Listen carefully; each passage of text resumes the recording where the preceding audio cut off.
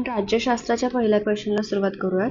मूलभूत कर्तव्ये प्रभावीपणे पार पाडण्यासाठी संविधानाच्या कामकाजाचा आढावा घेण्यासाठी राष्ट्रीय आयोगाने शिफारस केली आहे. कोणकोणत्या केल्यात?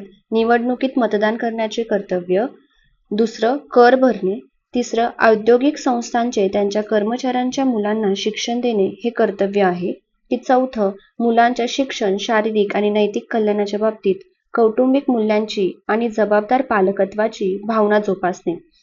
तर याचा आन्सर आहे वरीलपैकी सर्व. Option number 4. निवडणुकीत मतदान करण्याचं कर्तव्य आहे, हेही त्यांनी सांगितलं होतं. कर भरणे हे पण सांगितलं होतं. कर्मचाऱ्यांच्या मुलांना शिक्षण देणे हे पण सांगितलं होतं. आणि कौटुंबिक मूल्यांची जबाबदार पालकत्वाची भावना जोपासणे हे पण सांगितलं होतं. कोणत्या समापन प्रस्तावांतर्गत फक्त महत्त्वाचे कलम चर्चेसाठी आणि मतदानासाठी घेतले जातात आणि मध्यवर्ती कलमे वगळली जातात आणि मंजूर झाल्याचे गृहीत धरले जाते? तर आपल्याला कन्फ्युजन कांगारू समापन आणि गिलोटिन समापन या दोघांमध्ये झालं पाहिजे. कांगारू समापन हे या क्वेश्चनचं आन्सर आहे. गिलोटिन समापनामध्ये काय केलं जातं, तर चर्चेसाठी दिलेला वेळ संपतो, त्याच्यामुळं न चर्चिलेल्या कलमांना सुद्धा आपण काय करतो, थेट मतदानात टाकले जाते. त्यामुळे गिलोटिन समापन हे आन्सर नाही, कांगारू समापन हे आन्सर आहे. नेक्स्ट क्वेश्चन बघूयात. खालीलपैकी अयोग्य कथन ओळखा. अयोग्य. पहिला आहे राष्ट्रपती हे कोर्ट मार्शल द्वारा दिलेल्या शिक्षेला क्षमा करू शकतात, तर राज्यपाल मात्र क्षमा करू शकत नाहीत. दुसरं आहे राष्ट्रपती हे क्षमेच्या अधिकाराची कारणे देण्यास बांधील आहेत. तिसरं आहे दयेसाठी याचिकाकर्त्याला राष्ट्रपतींकडून तोंडी सुनावणी घेण्याचा अधिकार नाही. आणि चौथा आहे केंद्रीय मंत्रिमंडळाच्या सल्ल्यानुसार राष्ट्रपतींना क्षमेचा अधिकार वापरावा. या क्वेश्चन मध्ये आपल्याला हे जे फर्स्ट आहे ते पण फिक्स माहिती आहे आणि हे पण फिक्स माहिती आहे की हे दोन बरोबर आहे. आपल्याला कन्फ्युजन कारणे आणि तोंडी सुनावणीच्या इथे झालं पाहिजे. तर याचं आन्सर आहे चुकीचं विधान कोणतं आहे, तर ऑप्शन नंबर 2. राष्ट्रपती हे क्षमेच्या अधिकाराची कारणे देण्यास बांधील आहेत म्हटलं इथं, तर नाहीत आन्सर आहे. संसदेच्या सार्वजनिक उपक्रम समितीबाबत हा क्वेश्चन विचारलाय. त्यांनी काय विचारलंय, चुकीचं विधान सांगा. पंडित नेहरू यांनी या समितीच्या निर्मितीची शिफारस 1963 मध्ये केली. लोकसभेमधून निवडून आलेल्या सदस्यांमधूनच या समितीचा अध्यक्ष निवडला जातो. 1974 पासून लोकसभेमधून 15 तर राज्यसभेमधून 7 सदस्य या समितीवर निवडले जातात आणि या समितीच्या सदस्यांचा कार्यकाळ 2 वर्षांचा असतो. आपल्याला माहिती आहे 2 वर्षाचा कार्यकाळ नसतो, एकाच वर्षाचा असतो. तर चुकीचं विधान आपल्याला माहिती आहे की डी हे चुकीचं आहे, त्याच्यामुळे आपण काय करू शकतो, हा एलिमिनेशन मेथडनी हा पर्याय तिथेच जातो. आपल्याला 100% माहिती आहे की सी हे बरोबर आहे, तर सी कुठे कुठे आहे, हा पण पर्याय जातोय, हा पण पर्याय जातोय. जास्त विचार न करता आपण ऑप्शन नंबर 2 हा पर्याय बरोबर आहे. खालीलपैकी योग्य विधाने कोणती ते ओळखायला लावलंय. केसी व्हियर यांच्या मते भारतीय संघराज्य हे अर्ध संघराज्य आहे.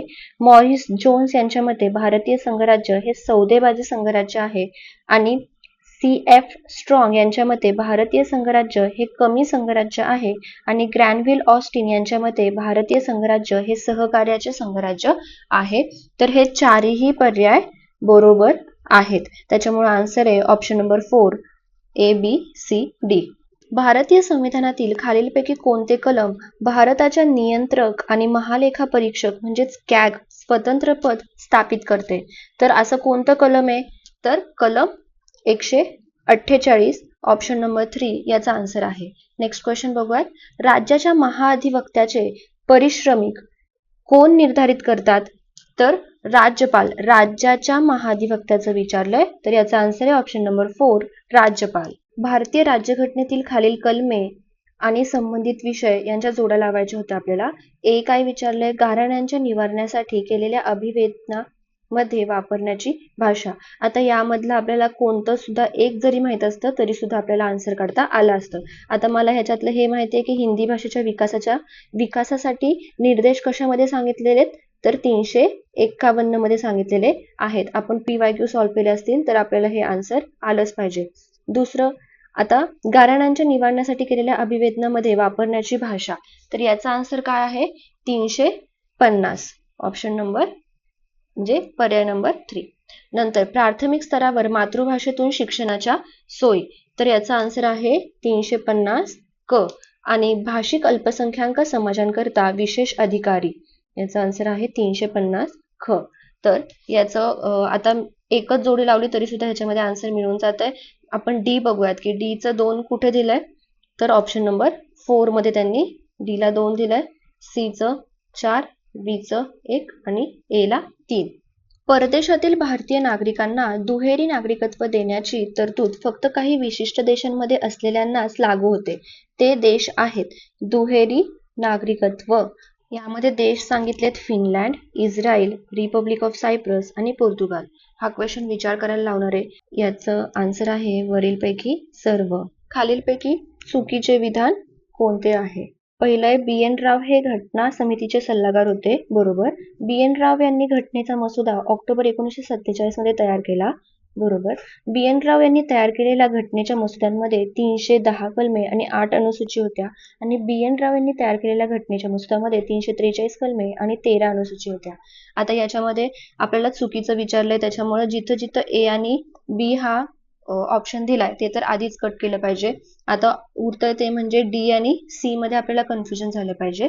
तर याचं चुकीचं विधान हे आहे की 310 कलमे आणि 8 अनुसूच्या हे चुकीचं सेंटेन्स आहे. भारतीय राज्यघटनेतील 12व्या अनुसूचीमध्ये खालीलपैकी कोणत्या बाबींचा समावेश केला आहे? पहिला आहे ते म्हणजे कलात्मक दृष्टिकोनाचे प्रवर्धन आणि अग्निशामक सेवा हिचा केलेला आहे. दफनभूमी व विद्युत वाहिनी तर हिचा पण केलेला आहे. बाजार व जत्रा आणि ग्रामीण गृहनिर्माण. आता 12व्या अनुसूचीमध्ये काय सांगितलंय? ग्रामीण गृहनिर्माण येईल का 12व्या अनुसूचीमध्ये? तर नाही येणार. तर ऑप्शन सी हे काय आपल्याला कट करायचं आहे. तर आपण ऑप्शन सी हे कट जर का केलं तर इथे सी आहे, त्याच्यामुळे हे नाही आन्सर, हे नाही आन्सर आणि हे पण नाही आन्सर. याचाच अर्थ काय आहे? तर ऑप्शन नंबर ए, अपंग आणि मतिमंद यांच्या हित संबंधाचे रक्षण आणि पर्यावरणाचे रक्षण हे सुद्धा 12व्या अनुसूचीच्या बाबींमध्ये समाविष्ट आहे. म्हणजेच आपलं बरोबर आन्सर काय? ऑप्शन नंबर ए, ए, बी आणि डी. खालीलपैकी योग्य कथने ओळखा. उच्च न्यायालयाकडून कनिष्ठ न्यायालय किंवा न्यायाधिकरणाला प्रतिषेध आदेश जारी केला जातो आणि त्याचा उद्देश त्यांच्या अधिकार क्षेत्राबाहेर जाण्यापासून प्रतिबंध आदेश देणे आहे. बरोबर आहे. प्रतिषेध आदेश प्रशासकीय संस्थांविरुद्ध जारी केला जाऊ शकतो. तिसरं आहे प्रतिषेध आदेश न्यायिक व अर्धन्यायिक संस्थांविरुद्ध जारी केला जाऊ शकतो. तर ऑप्शन नंबर सी ही बरोबर आहे. तर प्रशासकीय संस्थांविरुद्ध जारी करू शकत नाही. त्याच्यामुळं आन्सर आहे ए आणि सी म्हणजेच ऑप्शन नंबर 2. संसदेच्या साध्या बहुमताद्वारे काय विचारलंय? साध्या बहुमताद्वारे खालील प्रकारच्या घटना दुरुस्त्या करता येतात. तर कोणत्या कोणत्या करता येतात? नवीन घटक राज्यांची निर्मिती करणे, राष्ट्रपतीच्या वेतन व भत्त्याबाबत दुरुस्ती करणे, राज्याच्या धोरणाच्या मार्गदर्शक तत्वांमध्ये दुरुस्ती करणे की मतदारसंघाचे परिसीमन करणे. त्यांनी विचारले मार्गदर्शक तत्वांमध्ये दुरुस्ती करणे. आपण मार्गदर्शक तत्वांमध्ये वेगवेगळ्या घटना दुरुस्ती बघतो का? की 42वी घटना दुरुस्ती झाली आहे, 44वी घटना दुरुस्ती झाली आहे. तर जर का साध्या बहुमताने जर का हे होणार असतं तर आपण या घटना दुरुस्त्या का केल्या असत्या? तर याचाच अर्थ काय? तर सी हे विधान चुकीचं आहे. बाकी मतदारसंघांचे परिसीमन हे पण बरोबर आहे.